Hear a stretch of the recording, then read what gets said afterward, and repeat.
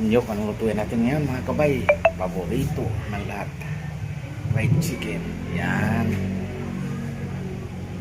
Umpisahan natin ang pagluto mga kabay. Para makain na tayo. Yan. Timplahan na lang natin ito mga kabay. Ito yung lutuin natin. Karning manok.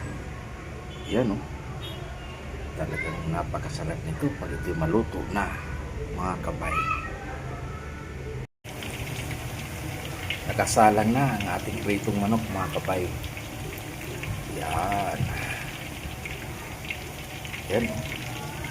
Naamoy natin ang aroma mga kabay. Talagang prito talaga. Nakabaliktad na mga kabay ang ating unang salad. Ang ating fried chicken. Yan. Yan. Maya talagang matikman na natin ito mga kabay. Yan.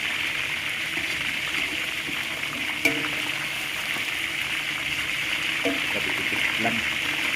Kailangan ihiwalay natin yan mamaya.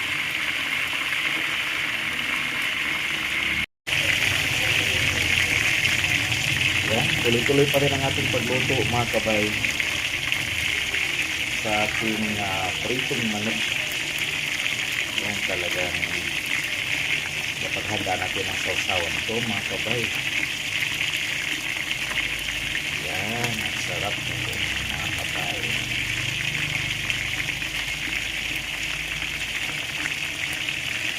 Yan o. Talagang naamoy natin yung aroma mga kabay. Okay, malapit na talagang maluto ito mga kabay. Talagang takam na talaga kumakain ito mga kabay. Gutom na ako. Yan, mga ilang segundo na lang, ilang minuto na lang mga kabay. Mahain natin ito. Yan.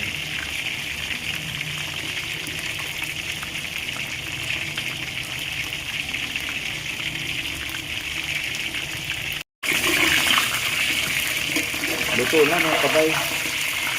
Yun o, crispy na. Tanggalin natin mga kabay para matikman na natin ang ating fried chicken. Yan, ang sarap nito mga kabay.